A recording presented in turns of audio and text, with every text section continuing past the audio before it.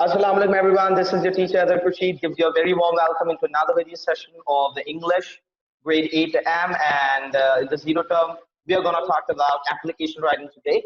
But before moving to that, I'm going to start it by the name of Allah who created everything but called the uncreated. As it is Jumal Mubarak, and I'm going to start it by recitation.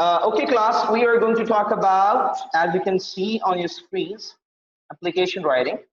And what we're going to talk about in this, how to write an effective application. This is said to be one of the most important and key things in your board examination, and you're going to prepare for that. आप क्यों पढ़ते हैं? क्योंकि आपकी board की examination का हिस्सा भी है, and in general in your life you will be requiring it for sure. आप सबको अपनी प्रोफेशनल करियर में इसको लिखने की बहुत जरूरत पड़ेगी. For any instance, क्यों लिखते हैं जब मैं आपको ये बताऊंगा, then you'll be able to get to know it. That why do we need to write this and why do we need to learn this? भाई मैं कोई चीज क्यों सीखता हूँ? There must be a purpose behind that. अगर मैं कुछ सीख रहा हूँ, कुछ कर रहा हूँ, तो there must be a purpose. Without purpose, purposeless कोई भी चीज होती ही नहीं. What's the purpose of it?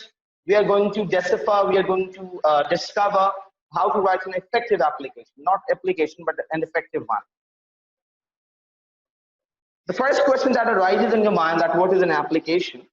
Application क्या चीज होती है? तो बहुत सारे बच्चे कहते हैं सर एप्लीकेशन तो एप्लीकेशन होती है, या एक तरह की राइटिंग होती है, या हम जो बचपन से लिखते आ रहे हैं. कुछ कहते हैं sir it comes in our examination.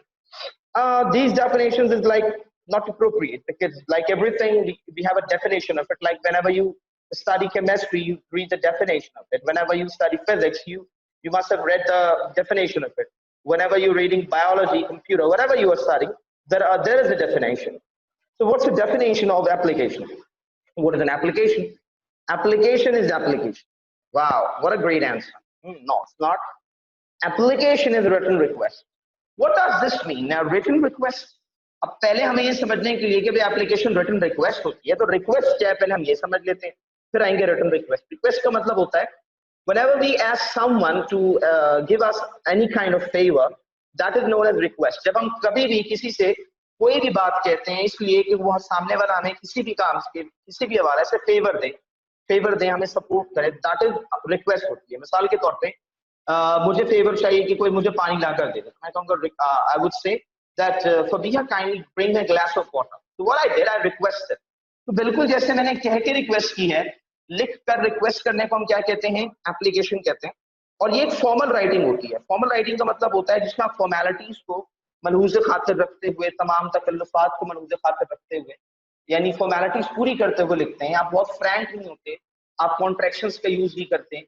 Like आप जो है हमेशा इसमें क्या यूज करते हैं?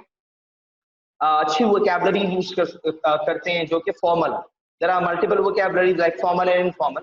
मिसाल के तौर पे एक वर्ड है EDIBL, एडिबल, और एक वर्ड है EATABLES, या ईटेबल जिसे कहते हैं. ईटेबल इनफॉर्मल वर्ड है. इसका मतलब होता है खाने पीने की चीज. जैसे आप कहते हैं ना बच्चों को यार जाकर चीज दिला दो, तो चीज से मुराद क्या होता है? कोई भी खाने की चीज, पीने की चीज, ऐसी चीज को कहा जाता है खाने पीने की चीज को ईटेबल इनफॉर्मल लैंग्वेज में. लेकिन जब आप लिखते हैं फॉर्मल में तो आप लिखते हैं एडिबल्स, EDIBLE, एडिबल. तो अब आप एप्लीकेशन लिखेंगे और आपको यहाँ कहीं लिखना है तो ईटेबल नहीं लिखेंगे, एडिबल लिखेंगे, क्योंकि ये फॉर्मल राइटिंग है.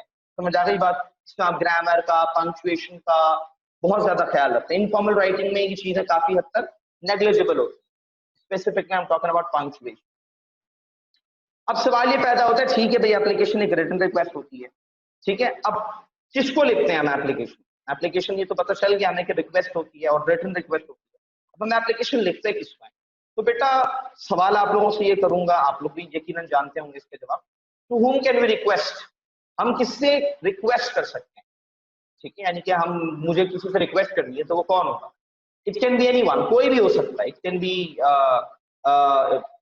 B Elder, younger, it can be decided at any designation.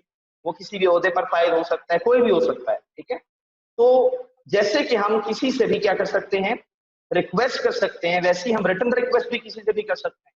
इसका मतलब application can be written anyone, किसी को भी हम एप्लीकेशन लिख सकते हैं। अगर मैं आपसे मिसाल पूछूं तो आप कहेंगे सर किसी से क्या मुराद है? देखिए बेटा, आप किसी मिसाल ले लेता हूं कि आप किसी टेक्सटाइल इंडस्ट्री में जॉब कर रहे हैं या मेडिसिनल उसमें कंपनी में जॉब कर रहे हैं और अब वहां पे क्वालिटी इंश्योरेंस के क्या है ऑफिसर हैं, you are a QA officer, quality insurance officer हैं आप। अब आपके साथ जो आपका सुपरवाइजर है, अब वो इनजस्टिस कर रहा है, वो आपको बहुत ज्यादा तंग कर रहा है, तो आप क्या करेंगे? अपने मैनेजर को एक एप्लीकेशन लिखेंगे कि भाई the behaviour of the supervisor with you is not good, is not sufficient, so I want, आप बताएंगे उसमें कि भाई what does he do, background क्या है, उसके बाद फिर आप बताएंगे यार कि इश्यूज क्या है और आप इसको सॉल्व कैसे करना चाहते हैं। तो आप देखें आपने एप्लीकेशन किस लेवल पे जाके लिखी है, आप एक प्रोफेशनल क्यूए बन गए और आपको क्यूए बनने के लिए एटलीस्ट फार्म डी करना पड़ता है या केमिस्ट्री में मास्टर्स करना पड़ता है, तो आप उस लेवल में जाके प्रोफेशनल लेवल में जाके एप्लीकेशन लिखते हैं। इसी तरीके से अगर आप स्कूल प्रेमिसेस की बात करें तो अगर आपको अर्लियर लीव चाहिए, you want to leave earlier from the school, आप एप्लीकेशन लिखते हैं। अगर आपको मिसाल के तौर पे you think that sir other is not teaching good, sir other is not a good English teacher, is not teaching well, what would you do? You will write an application to a class teacher, let's suppose who's, you will write to Sir Tariq to tell him that Sir Azhar is not teaching well, we want this teacher to be changed. आपने क्या किया? अपनी कोई भी request आ गई, या आप चाहते हैं कि भाई आप कोई फेयरवेल पार्टी ऑर्गेनाइज करें, आप चाहते हैं कोई भी हो सकता है इशू, तो भाई आप चाहते हैं कि आपके स्कूल प्रेमिसेस में जो ग्राउंड है उसमें कुछ चेंजेस चाह रहे हैं आप। So it is like whatever you've been through, and you think that this must be this information must be given to the management, and you want any kind of favor about that, तो आप क्या कर सकते हैं? Application लिख सकते हैं, ठीक है। तो application can be written to anyone. तो हमने अभी सबसे पहले क्या बात की कि एप्लीकेशन क्या चीज होती है? It's a written request. फिर हमने बात की कि to whom can be write applications, applications can be written to anyone. Why do we write applications? ठीक है, हो गया भाई, एप्लीकेशन रिटन रिक्वेस्ट होती है, ठीक है, हमने ये भी मान लिया कि हम एप्लीकेशन किसी को भी लिख सकते हैं। क्यों लिखते हैं? अब देखें, इसके बहुत सारे पर्पसेस हो सकते हैं, जैसे मैंने आपको रिसेंट पास्ट में अभी भी 2 एग्जांपल्स बताई हैं, 2 3 4 5, लेकिन मैं बात करूंगा यहाँ पे within the premises. Right now you are a school student, so I am gonna talk about your premises till matriculation, जब तक आपके एग्जाम में ये क्वेश्चन आता है कि भाई आपसे किस किस तरह के क्वेश्चन पूछे जा सकते हैं। तो being a school student you will be asked about school और समथिंग रिलेटेड टू स्कूल। आपसे जो क्वेश्चंस पूछे जाएंगे टॉपिक्स में कि आप फला टॉपिक पे एप्लीकेशन लिखें, ये क्यों पूछा जाएगा आपसे कि भाई आप स्कूल प्रेमिसेस से रिलेटेड क्या करें एप्लीकेशन लिखें, रीजन क्या होता है इसका? देखिए, आप जब मैट्रिकुलेशन करते हैं तो आप 7 ग्रेड के employ as an employ 7 grade में आप एडमिट हो सकते हैं। 5 या 7 ग्रेड में आपको गवर्नमेंट के इदारों में जॉब मिल जाती है एज अ क्लर्क या एज अ नॉर्मल मैन। तो एक 7 ग्रेड के ऑफिसर को इतना पढ़ना लिखना आना चाहिए कि वो चीजों को पढ़ सके और समझ सके, और अगर उससे कोई एप्लीकेशन का कहा जाए या कोई किसी टॉपिक का कहा जाए तो वो लिख सके। आपको पता है पुराने जमाने में, earlier times, how do people use to check one's ability, कितना पढ़ा लिखा है कोई, उसको कहते थे भाई फला नाम पे हमें खत लिख के बता दो। अगर तुमने खत लिख लिया तो इसका मतलब तुम्हें पढ़ना लिखना आता है, क्योंकि मेन पर्पज यही होता था। लेकिन अब हमारे पास जो एकेडमिक गोल्स हैं वो बहुत डिफरेंट हो चुके हैं। अब हमारे एकेडमिक गोल्स बढ़ गए हैं माशाल्लाह से, होराइजन ऑफ द थिंकिंग बढ़ गए हैं हमारा, and that is a good thing. तो why do we write applications? वैसे तो इसके बहुत सारी रीजंस हैं, there are plenty of reasons, but I have lined up these 3 according to your academic career and according to what you've been asked to write. ठीक है, आपको application जैसा कहा जाता है लिखने को।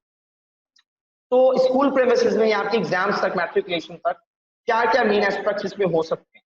तो 3 रीजंस यहाँ पे मैंने जो मेजर रीजंस हैं उनको क्या किया, लाइंड अप किया। I've lined up 3 major reasons. The first one is to ask for permission to write application. आपको किसी भी चीज के लिए परमिशन चाहिए होती, इजाजत चाहिए। मिसाल के तौर पे आप चाहते हैं कि भाई आप के पिछले 2 क्लासेस में आपके बायोलॉजी टीचर ने आपके स्पोर्ट्स या गेम ब्लॉक जो होता है उसको क्या किया, उन्होंने यूटिलाइज किया है टू कंप्लीट द एकेडमिक्स और you would say the syllabus. Now you want your teacher to compensate those game blocks, ठीक है। तो आप क्या करेंगे, उनसे परमिशन लेने के लिए उन्हें एप्लीकेशन लिखेंगे। या if you want to leave earlier from school, if you want to leave earlier from school, and there are multiple reasons जिसके लिए आप परमिशन उनसे लेते हैं, ठीक है। Like you want to celebrate someone's birthday, which is not allowed, So if you want that to be done, you will write an application. If you want to have a party or something like that, you will ask for permission. तो बहुत सारे reason हो सकते हैं इसके, जिन जिन चीजों के लिए हमें इजाजत की जरूरत पड़ती है। अच्छा, दूसरा मेन पर्पस क्या है? अच्छा, ये इन जनरल है, whenever we write to take permission, ये हमारा एक पर्पस हो गया। You write applications to ask for favors, किसी भी किस्म का फेवर चाहिए। मिसाल के तौर पे आप जो है वो जाना चाह रहे हैं, फेवर क्या है? फेवर ये कि आप जाना चाह रहे हैं अपनी किसी कजन की शादी में, मिसाल के तौर पे आपकी कजन की शादी है, he lives in Islamabad, and as he's been resided over there, so you'll have to go there to attend his wedding ceremony, and it would take approximately 15 days for you to go there and done with the wedding and come back to your home again. So what do you want? You want a favor. Favour क्या है कि भाई आपको school वाले इजाजत दे दें, अब जबकि उनके हाथ में है कि वो दें या ना दें, they have the rights to, because if you'll go there, the first question that arises in one's mind that how would you complete your syllabus, how would you complete your work, and what about the lectures and learning that you will not be able to I would say conduct, or you'll not be able to participate, and तो आपको सारे issues होंगे।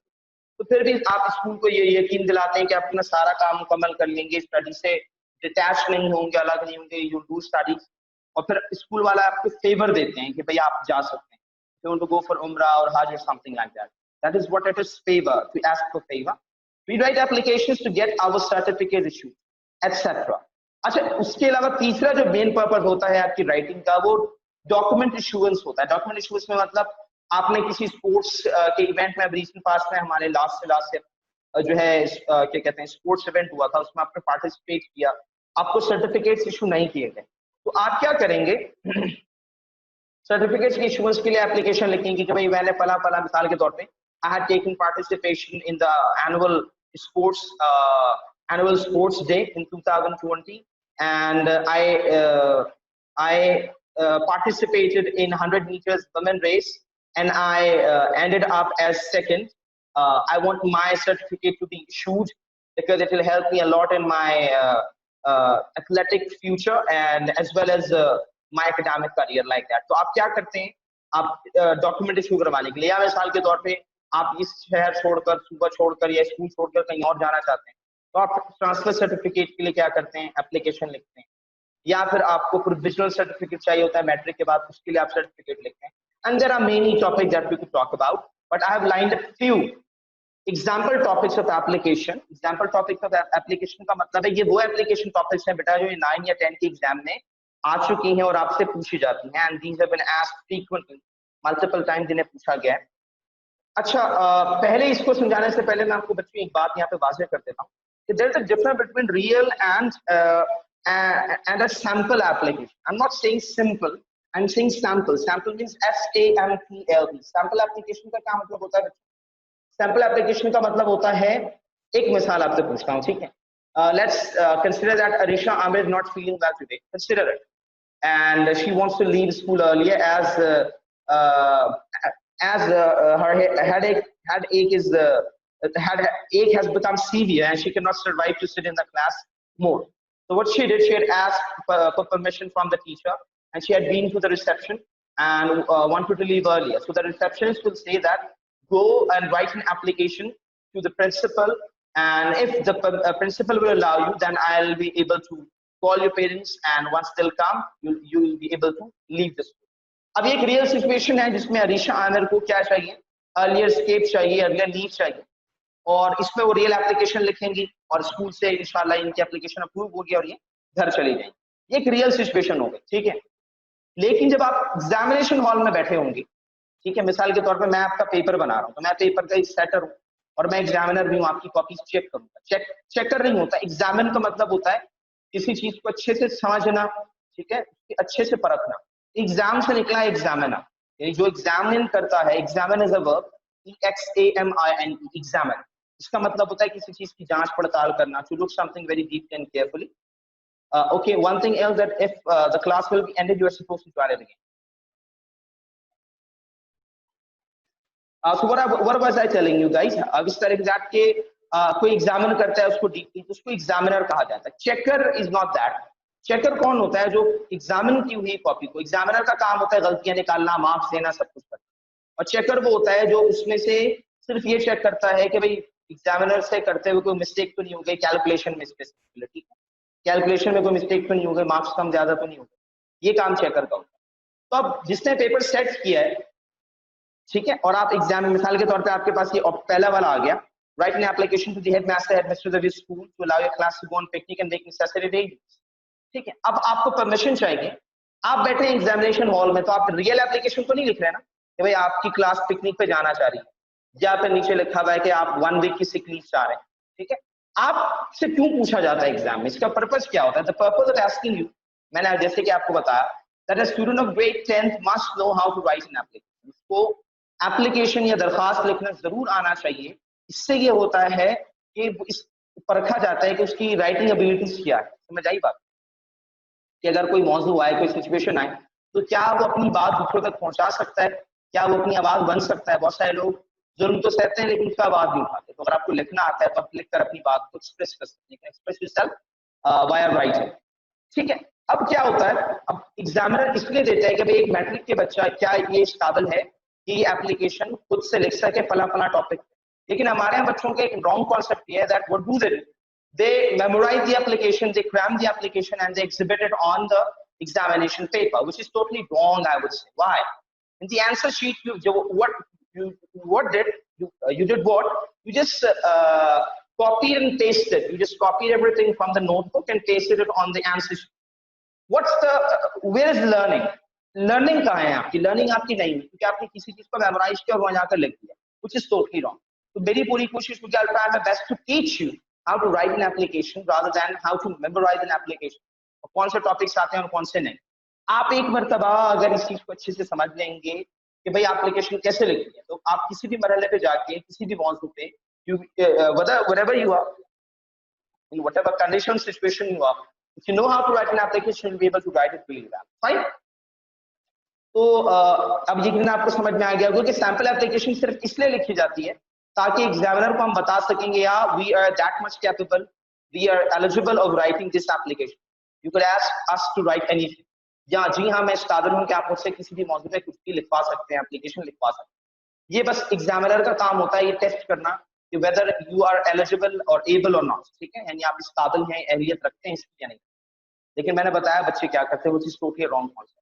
तो sample application क्या हुई, जो आप लिखकर ये दिखाएंगे कि यार मुझे आता है, और रियल एप्लीकेशन क्या होती है जो आप रियल सिचुएशंस में लिखते हैं। आई होप कि आप लोगों को डिफरेंस समझ में आ गया होगा। अब सैंपल एप्लीकेशन में हम कंसीडर करते हैं स्कूल को कोई भी नाम दे सकते हैं, अपना कोई भी नाम दे सकते हैं, हम कोई भी एड्रेस कंसीडर कर सकते हैं। लेकिन रियल एप्लीकेशन में आप अपना रियल नाम बताएंगे, आप अपनी रियल एड्रेस लिखेंगे, आप अपना रियल कॉज लिखेंगे, ठीक है, अपने स्कूल का रियल नेम और ग्रेड लिखेंगे। लेकिन सैंपल एप्लीकेशन में you can consider any grade, you can consider any address, you can consider any name, you can assume any name of your school, ठीक है। तो ये डिफरेंस होता है सैंपल और रियल एप्लीकेशन। देखिए पहला टॉपिक है write an application to the headmaster headmistress of the school to allow your class to go on picnic and make necessary arrangements permission. दूसरा है write an application to the headmaster headmistress of your school to give you 1 week sick leave. पहला था permission, दूसरे में क्या है, favour है कि आपको 1 हफ्ते की बीमारी की छुट्टियां चाहिए। मिसाल के तौर पे कोई बीमार पड़ गया बहुत ज्यादा, उसको छुट्टियां चाहिए, ठीक है, वो फेवर चाह रहा है। Write an application to the headmaster administrator of your school to issue your transfer certificate to another province. अब जैसे आप अपने हेडमास्टर हेडमिस्ट्रेस को क्या लिखेंगे स्कूल के कि आपको ट्रांसफर सर्टिफिकेट इशू कर दें क्योंकि आप दूसरे प्रोविंस में जाना चाह रहे हैं, आपके फादर जो है वो दूसरे प्रोविंस में चले गए हैं और आप चाह रहे हैं कि वहां जाके अपनी स्टडीज को कंटिन्यू कर सकें, ठीक है। ये जब मैं पढ़ाऊंगा तो और डिटेल में आपको समझा दूंगा। अब हम आते हैं पार्ट्स ऑफ एप्लीकेशन में। किसी भी एप्लीकेशन की कितने पार्ट्स होते हैं बेटा? किसी भी एप्लीकेशन के बेटा 3 पार्ट्स होते हैं, header, body, footer. What are these? Header, body and footer. इसको फुटर नहीं पढ़ते हैं, फुटर। लाइक फुटवेयर होता है ना, फुटवेयर तो नहीं होता है, foot and footwear like that footer. Header में क्या क्या चीजें आती हैं? हेडर में हमारे पास देखें, the header address of the receiver is written which includes. Header में हमारे पास एड्रेस आता है रिसीवर का। रिसीवर का मतलब मिसाल के तौर पे अगर मैं हेडमास्टर को भेजूंगा तो उनका एड्रेस आएगा, यानी जिसको मैं भेज रहा हूं, जो रिसीव करेगा, ठीक है, वो रिसीव करने वाला रिसीवर कहलाएगा, तो उसका एड्रेस पहले आता है। अब ये एड्रेस लिखने की क्या लॉजिक है बेटा? दौरे जदीद में, in present time, it has been wiped out. अगर आप बात करते हैं इस टेक्नोलॉजिकल एरा में जिसपे सब कुछ जो है वो बहुत ज्यादा एडवांस हो गया, तो एडवांस वे ऑफ कम्युनिकेशन में एड्रेसेस नहीं लिखे जाते। मिसाल ये दूंगा कि मुझे किसी को ईमेल करना है या मुझे किसी को व्हाट्सएप पे टेक्स्ट मैसेज करना है, तो मैं उसी का कॉन्टेक्ट सिलेक्ट करूंगा और उस पर क्या करूंगा, उससे अपना मेन मैसेज भेज, यानी मुझे एड्रेस लिखने की कोई जरूरत नहीं है। इसी तरीके से ईमेल एड्रेस जिसकी ईमेल एड्रेस लिखूंगा ईमेल उसी को ही रिसीव होगी, उसके अलावा किसी को रिसीव नहीं हो। लेकिन पहले ये होता था, आपको पता है मेल का जमाना था। मेल का मतलब होता है डाक, मैं ईमेल नहीं कह रहा। Email is a word which has been added after the invention of internet. जब बाद में लोगों ने इलेक्ट्रॉनिक मेल्स करना शुरू, ठीक है, तो उसको ईमेल कहा जाने लगा। ईमेल मतलब होता है इलेक्ट्रॉनिक मेल, लेकिन मेल का मतलब होता है डाक, यानी कि आप जिसे कहते हैं पोस्ट करना, खतो किताबत, letter of exchange, exchange of letters या एक्सचेंज ऑफ कम्युनिकेशन। उस जमाने में होता यह था कि किसी ने किसी को खत लिखा, तो सबसे पहले तो किसी को अगर रिसीव हुआ तो एक एनवलप होता था, उस एनवलप में भेजने वाले का नाम और रिसीवर का नाम लिखा हुआ होता था, और एनवलप में जिसे भेजना होता था यानी रिसीवर का एड्रेस लिखा हुआ होता था, ताकि एड्रेस देखकर उसको, उस खत को, उस लेटर को उसी जगह पहुंचाया जा सके। मिसाल के तौर पे कंसीडर कर लेते हैं कि हाशिर का घर है गुलशन इकबाल ब्लॉक 4 में और वो बैंगलोर E48 में रहते हैं, ठीक है। अब मैं क्या करूंगा, मैं लिखूंगा टू हाशिर, ठीक है, बैंगलोर E48 गुलशन इकबाल कराची पाकिस्तान। इस तरीके से किया मैंने, लिखकर भेज दिया। अब तो डाक वाले जो जब उसको पहुंचाते थे तो वो कैसे पहुंचाते थे, उनका एड्रेस पढ़कर वहां पहुंचा देते थे। लेकिन इन केस के भाई एनवेलप गुम हो गया, कोई कुछ हो गया, फट गया एनवेलप, तो इस चीज को सेव करने के लिए कि ये खत सही बंदे तक पहुंचे, अंदर एड्रेस लिखा जाता था, ठीक है। तो इस वजह से एड्रेस लिखा जाता था। आपने ये शायद तो पढ़ा होगा, लेकिन ये बात आपको नहीं पता होगी कि एड्रेस लिखा क्यों जाता है, व्हाट्स द पर्पस, हर चीज का पर्पस होता है। तो वो चीज वहां से चल निकली। और आज भी, आज के जमाने में भी जब भी ऑफिशियल डॉक्यूमेंटेशन होती है, ऑफिशियल डॉक्यूमेंटेशन का मतलब है कि अगर पाकिस्तान के वजीर आजम को किसी अमेरिका की जो है वो उसका अमेरिका विजिट करना है, या अमेरिका का कोई क्या कहते हैं वजीर आने वाला है यहाँ पे, मिनिस्टर आने वाला है यहाँ पे, तो वो भी क्या करता है, वो फाइनली एक नोटिफिकेशन जारी करवाता है। इन आज भी बेटा रिटन की बहुत ज्यादा क्या है इंपॉर्टेंस है।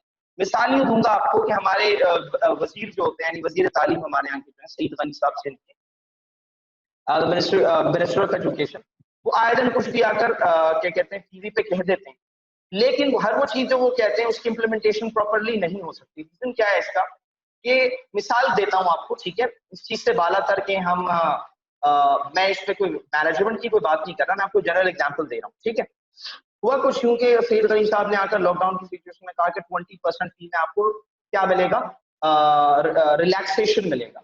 अब देखिए, आप क्योंकि एक एजुकेटेड बच्चे बन रहे हैं तो आपको पता होना चाहिए कि what is the flow chart, what is the flow chart of working of something. उन्होंने क्या किया, आकर मीडिया पे प्रेस कॉन्फ्रेंस की और आकर कह दिया कि भाई ये होगा। फिर पेरेंट्स ने अचानक धावा बोल दिया स्कूल में कि भाई 20% कमी करें, कमी करें। लेकिन उन्होंने एक ऑफिशियल नोटिफिकेशन नहीं भिजवाया था। ऑफिशियल नोटिफिकेशन का मतलब होता है कि भाई आप तमाम स्कूलों को मुतला किया जाता है कि भाई एजुकेशन ऑफ मिनिस्ट्री कह रही है कि आप 20% में कमी करें। तो उस वक्त तक स्कूलों ने इंप्लीमेंट नहीं किया जब तक ऑफिशियल नोटिफिकेशन नहीं आया। जैसे ही आया स्कूल ने इंप्लीमेंट कर दिया। तो समझने वाली बात बच्चों ये है that written is as important as it was earlier. जैसे पहले इंपॉर्टेंस थी रिटन की, आज भी वैसी इंपॉर्टेंस है। कोई भी चीज रिटन डॉक्यूमेंट होती है, आप चले जाएं कोर्ट ऑफ लॉ में, आप चले जाएं कहीं पे भी, उसकी बड़ी अहमियत है। हमारे जितने डॉक्यूमेंट्स हैं वो सब के सब क्या होते हैं, ऑन पेपर होते हैं। हमारी जायदादें ऑन पेपर होती हैं, सब कुछ ऑन पेपर होता है। डिजिटाइज हो रहा है, लेकिन डिजिटाइज वो होता है, वो डिजिटाइज एक कॉपी होती है, लेकिन ओरिजिनल हमारा आज भी क्या होता है, वो पेपर होता है। तो इसकी इंपॉर्टेंस आज भी अपनी जगह है, ठीक है। तो अब मैं बता देता हूँ एड्रेस में क्या क्या आता है। आप जो एप्लीकेशन लिखेंगे उसमें सबसे पहले आएगा डेजिग्नेशन या designation of the receiver. Designation का मतलब होता है, मिसाल के तौर पे आप लिख रहे हैं मैनेजर साहब को किसी बैंक के, और उनका नाम आपको पता है कि उनका नाम है तारिक या उनका नाम है शुएब, लेट्स सपोज, तो आप नहीं लिखेंगे टू शुएब, नाम नहीं लिखेंगे आप लिखेंगे टू द मैनेजर। क्या लिखेंगे? To the manager, rather than saying कि आप क्या लिखेंगे वहां पे द शुएब और something whatever the person's name. आप नेम नहीं लिखेंगे, उसका ओहदा लिखेंगे। मिसाल के तौर पे आप लिखेंगे टू द क्लास टीचर, आपके क्लास टीचर से तारिक है, आप ये नहीं लिखेंगे